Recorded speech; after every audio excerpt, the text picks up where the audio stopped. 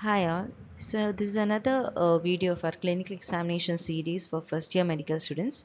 In this video we're going to see about the examination of gastrointestinal system. And as I always say, this is just a video showing the basics for a first year medical student, because as you reach your medicine postings and all, you will learn more about the abnormalities and you will learn how to examine for the abnormal things also. But at the first year level, you have to first know what the normal is. So this is such a video in which you will be taught the basics of clinical examination. So, and I would also like to add that all these videos would be useful only if you take part in your practical classes, and this is just for a quick revision before the exam. Okay, so let's start with the examination of GIT, which starts with the examination of oral cavity. So one thing we have to mention here is, whatever system that you're examining, you have to first do the biodata, the general examinations, vital signs, all that must be examined, and then move on to the systemic examination. So in the examination of GIT, first we have to check for the oral cavity, in which we have to check all the basic components like the lips, teeth, tongue, buccal mucosa, check for any dental caries, mouth ulcers, any abnormalities that you can see in the mouth, because all this will have a connection to a GI problem. Okay, then we'll move on to the more important part, which is the examination of the abdomen. So what position should you examine the patient or the subject? So for that, for the initial examination, the person should be in a supine position. There should be good light, warm surroundings, and the subject should be relaxed. We have to expose the subject from the sternum to the pubic symphysis, and also we have to ensure that the chest and the legs are covered. The subject should be comfortable. The abdominal area should be exposed. Next, where to examine. So based on, there are certain guidelines for examination of the abdomen. So basically it is divided into 9 regions. It is divided into 9 regions by two lines, two horizontal lines and two vertical lines. So we'll see what these lines are.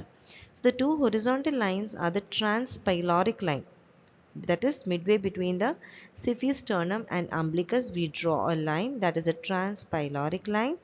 And then we've got the transtubercular line, that means joining the two iliac crests we have another line which is called the transtubercular line. So between the iliac crest tubercles we have a line, and that is called transtubercular line. So the abdomen is divided horizontally by the transpyloric line and the transtubercular line. What about these vertical lines? There are two vertical lines each that pass the midpoint between anterior superior iliac spine and the pubic symphysis. So suppose this is the anterior superior iliac spine and here is the pubic symphysis. Midpoint between that we have a vertical line passing, and that is the two vertical lines. So both on right and left we have two vertical lines, and these lines divide the abdomen into 9 regions. So we've got specific name for these regions.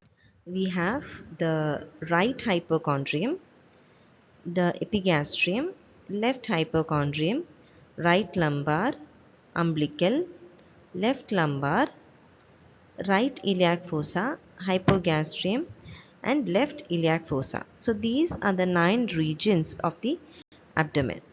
So just like any other systemic examination, we've got 4 steps: inspection, palpation, percussion, and auscultation. So now we'll move on to the inspection. What to inspect? So first of all, we have to check whether the shape of the abdomen is normal. So this is a diagram that shows the abdomen from a lateral angle, and you can see that there's a specific shape for the abdomen. So what is the normal shape of abdomen? The normal shape is flat or slightly scaphoid, and it should be symmetrical. Okay, so we have to check if there is any general distension. The distension can be due to the 5F.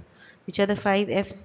Fluid, fat, flatus, feces, and fetus. So these are the 5Fs that can cause abdominal distension.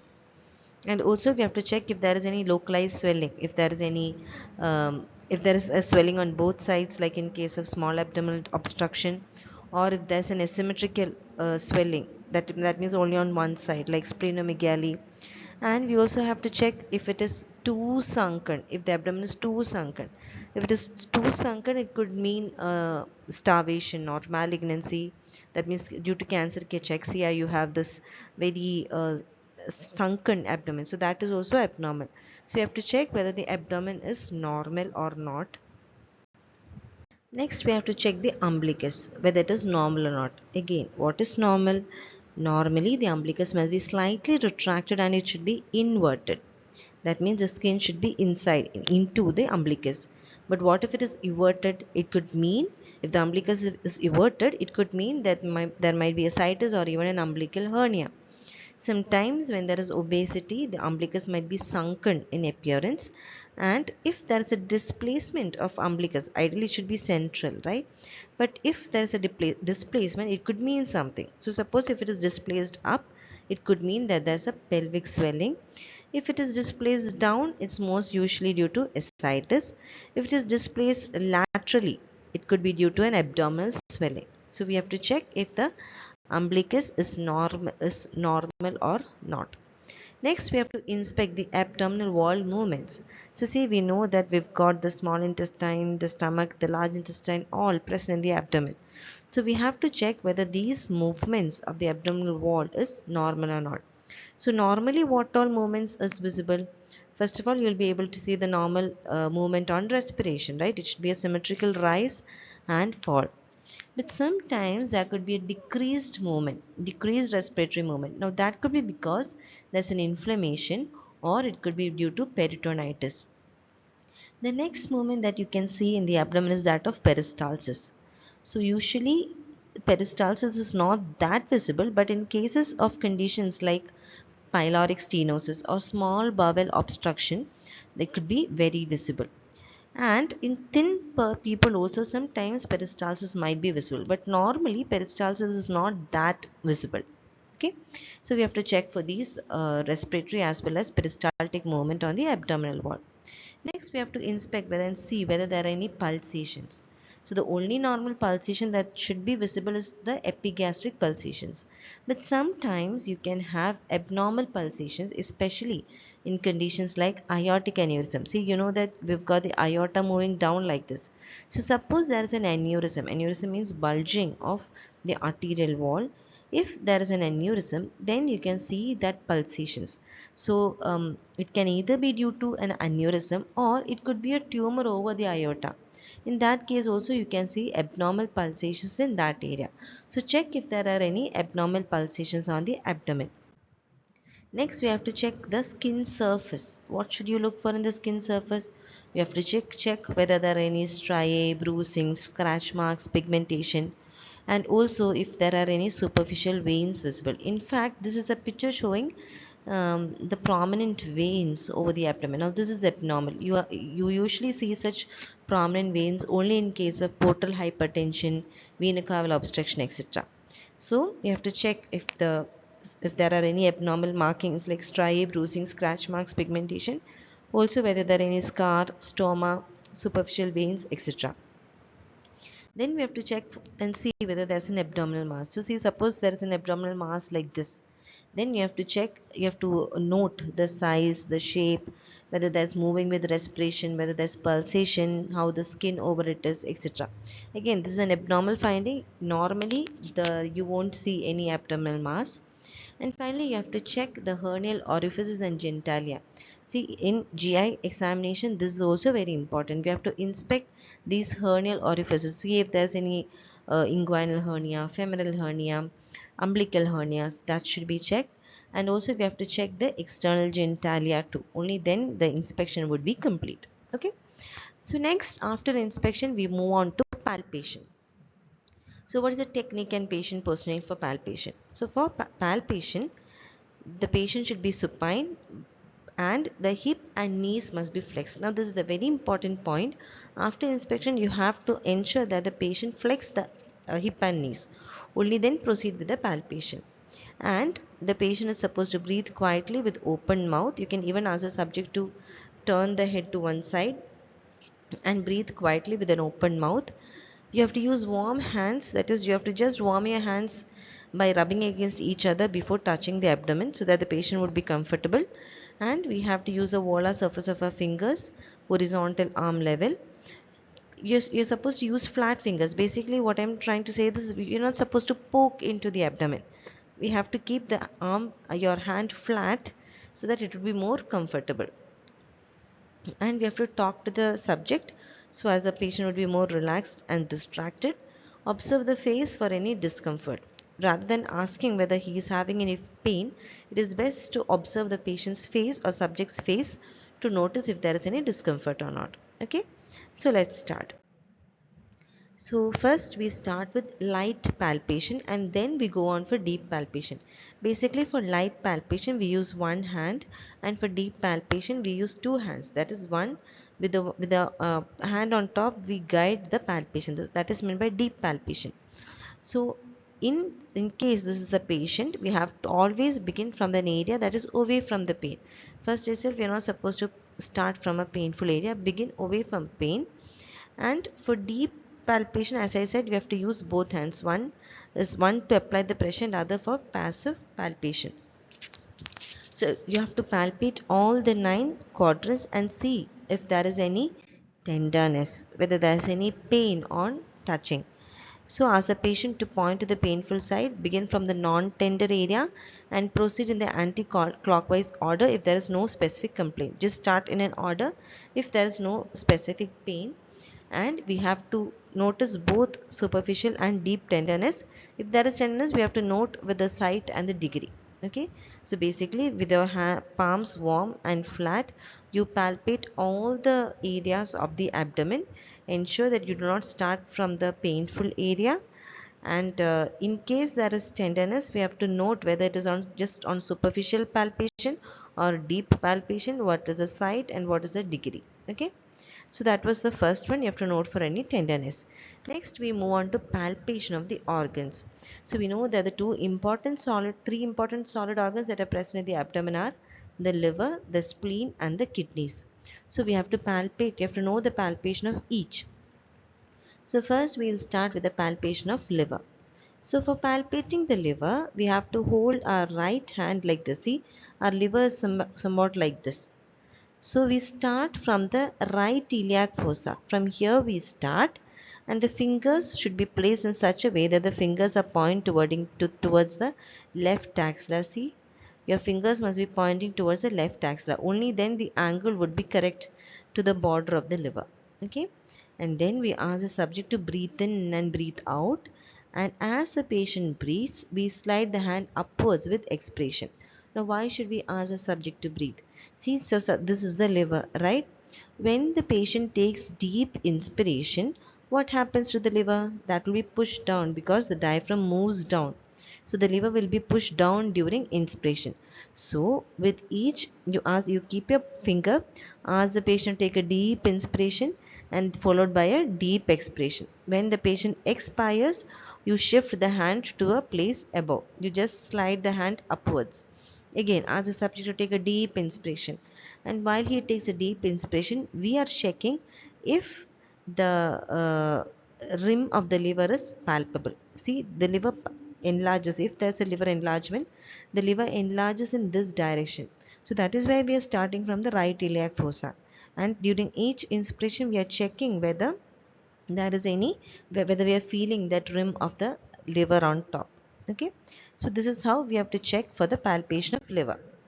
In case there is a hepatomegaly, if there is an increase in the size of the liver, then we have to note the extent, whether it is tender, the surface, consistency, edge, as well as pulsatility.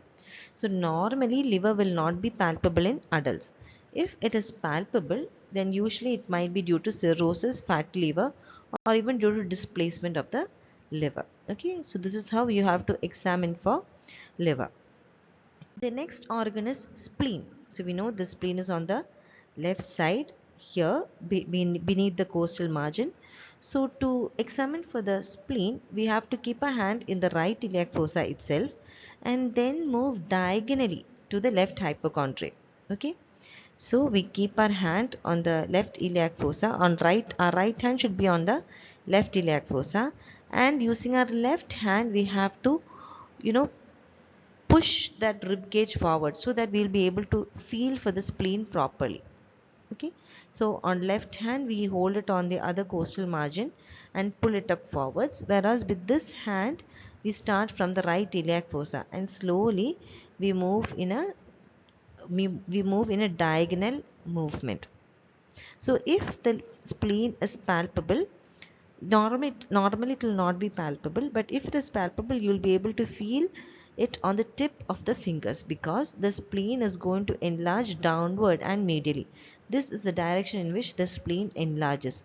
That is why we are starting from the right iliac fossa and going medially. Okay, so that is how we have to examine for spleen.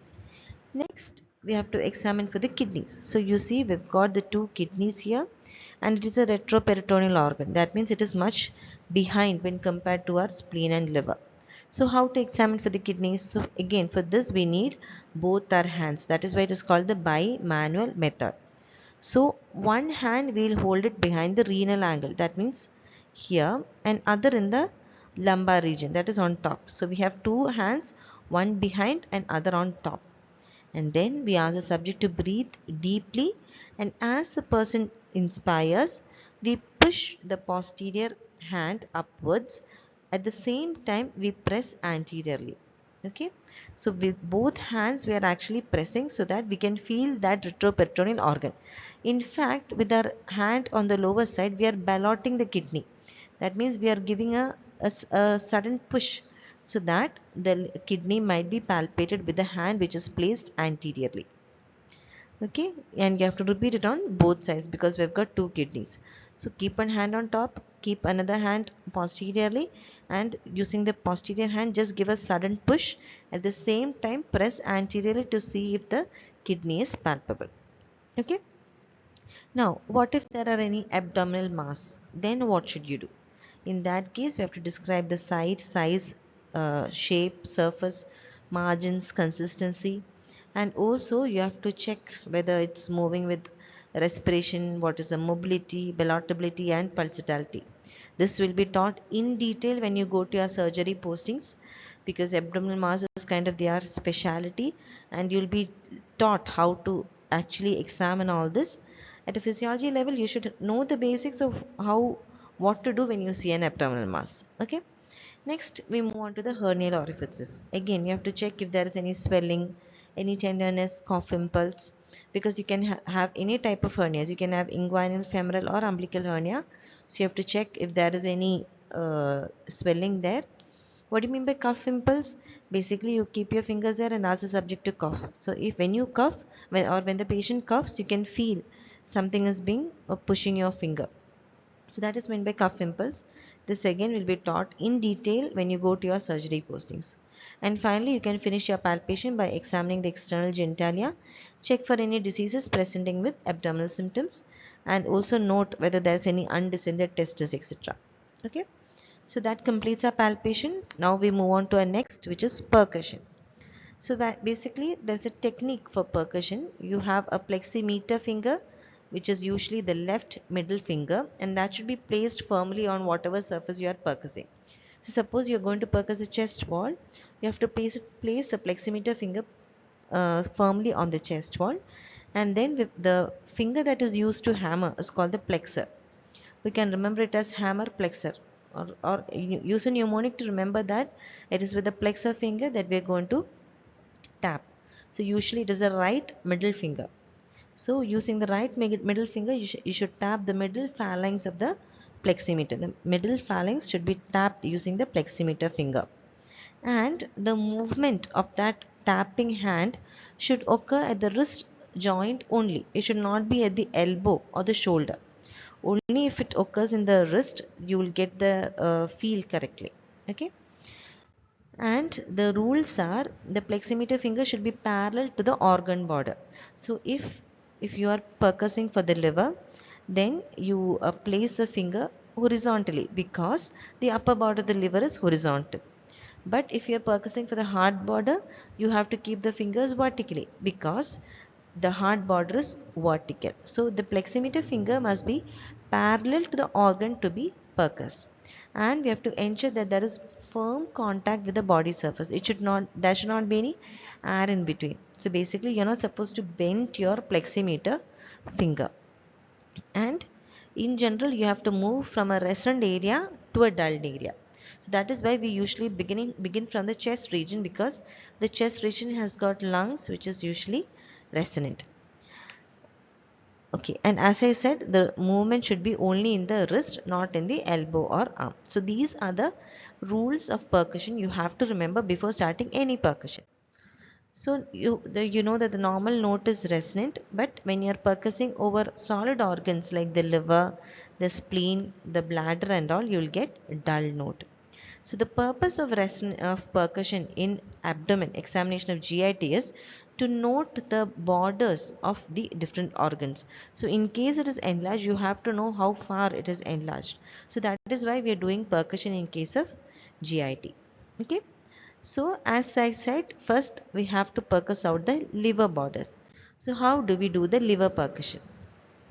So for that, you ask the patient to hold the breath in full expiration, and then we percuss downward from the right second intercostal space. So see, from the right second intercostal space we have to start in the mid clavicular line, and then we percuss down in each intercostal space till a dullness is received. So usually if you get a dullness, that means that is the upper liver border. So from the second intercostal space, percuss each intercostal space and see if you are getting any dullness. So normally the liver dullness will be obtained over the fifth, between the fifth rib and the costal margin, somewhere there. Now there is a technique called tidal percussion. So basically in tidal percussion, so suppose we get a dull note at the fifth intercostal space, fifth right intercostal space. Then you can ask the subject to take a deep inspiration, because when you take a inspiration, what happens is the liver will move down and the liver tissue will be thus be replaced by the lung tissue. So initially you got a dull note over there, but after inspiration you might get a resonant note. So thus we can confirm that what we got was the upper border of liver. So this is called tidal percussion. Okay. So basically it is used to confirm what the cause of dullness was, whether it was liver or whether it is due to some other cause. Okay. So that is called tidal percussion. So normally the liver dullness, the upper border will be received in the, you will get the resonance in the fifth rib, costal margin to costal margin, and actually there is something called liver span. Okay, so basically it is a distance, you are calculating the distance of the liver to see if there is any hepatomegaly. So what you can do for that is, initially you palpated and you know the lower margin of the liver, right? And now you know the upper border. So you can actually find out the distance between the upper border and the lower border, and that will give you your liver span. Okay. So in an advanced level, you can actually measure, in case of hepatomegaly, you can actually measure the span of the liver also. Okay, so that completes our liver percussion. So first I'll just summarize. Start from the second intercostal space, move down until you get a dullness. If you get a dullness, ask the subject to inspire deeply, then that position will be resonant again. If there is hepatomegaly, you have to measure from that upper border to the lower border that you palpated. Clear? Next we move on to spleen percussion. Again, you have to have the patient in the supine position. So normally if there is no splenomegaly, then if you percuss in the 8th or 9th intercostal space in the anterior axillary line, you can get a resonant note if the spleen is normal in size. But if the spleen is enlarged, then this space would be dull. Okay, so normally if the spleen is a normal size, then 8th 9th intercostal space in the anterior axillary line should be resonant. So that is how you know whether there is any splenomegaly or not. Now, a very common condition that you can get in abdomen examination is ascites. So in ascites also we have to do a percussion. So suppose this is how the abdomen is with ascites. Then you have to do a technique called shifting dullness. So what is shifting dullness? So in this, basically you keep your hand, your fingers vertically, and you percuss to the sides of the abdomen. Why? Just you can just see this image. See, suppose you start from the center of the umbilicus and you are percussing to the side. So what happens? Initially you have a tympanic note, but then when you reach the area where there is fluid, you will get a dull note, right? Once you get a dull note, you ask the subject to roll over to the opposite side like this, and you wait for 10 seconds. So now what will happen? All the fluid would have moved down like this. Okay. So then when you percuss that area again, you'll get a resting node. So remember, you're not supposed to shift your fingers when the patient rolls to the opposite side. Your finger should be on that position itself, and then you wait for 10 seconds and again percuss. So that previously dull area, which was dull due to the fluid, would now again give you a tympanic node because now the fluid all has shifted. Okay.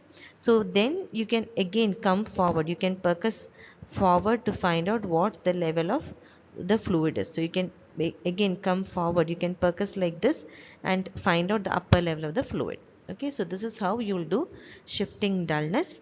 If you have this image in mind, you won't have confusion in what you are doing, because there are a bit steps in this procedure.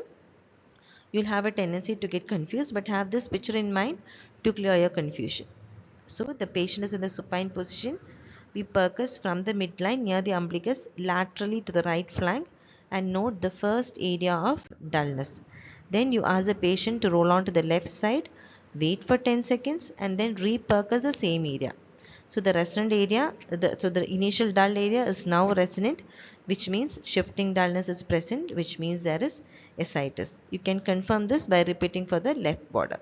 Okay, so this is how you will percuss for ascites. This is how shifting dullness is done for percussion for ascites. Another important test that you have for ascites is fluid thrill. So basically here also you've got distended abdomen with ascites, and the patient is in supine. You have to hold it in the patient in supine position. Then you have to keep the examiner's left hand on the left flank. See, like this, you have to keep one hand over the left flank, and you have to ask the subject or your assistant to hold the hand firmly on the midline like this. And in this position we flick on the right flank with the right hand. So basically on the right side you are flicking, and we are going to appreciate whether you feel that flick using the other hand that is kept on the side. Now why should we ask the subject assistant to keep the hand firmly? See, as I said, we are going to feel for that ripple which ensures that fluid is present.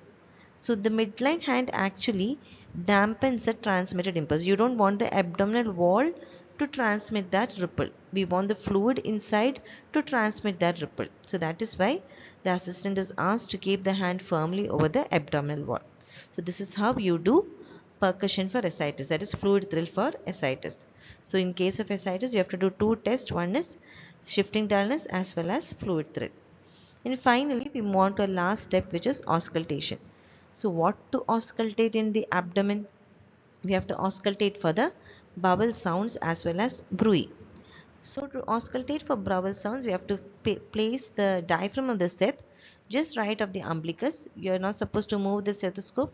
Listen up to 2 minutes, and only if you wait for 2 minutes and still you don't get any bowel movements, then you can declare it as absent bowel movements, because absent bowel movements are usually seen in case of paralytic ileus or peritonitis.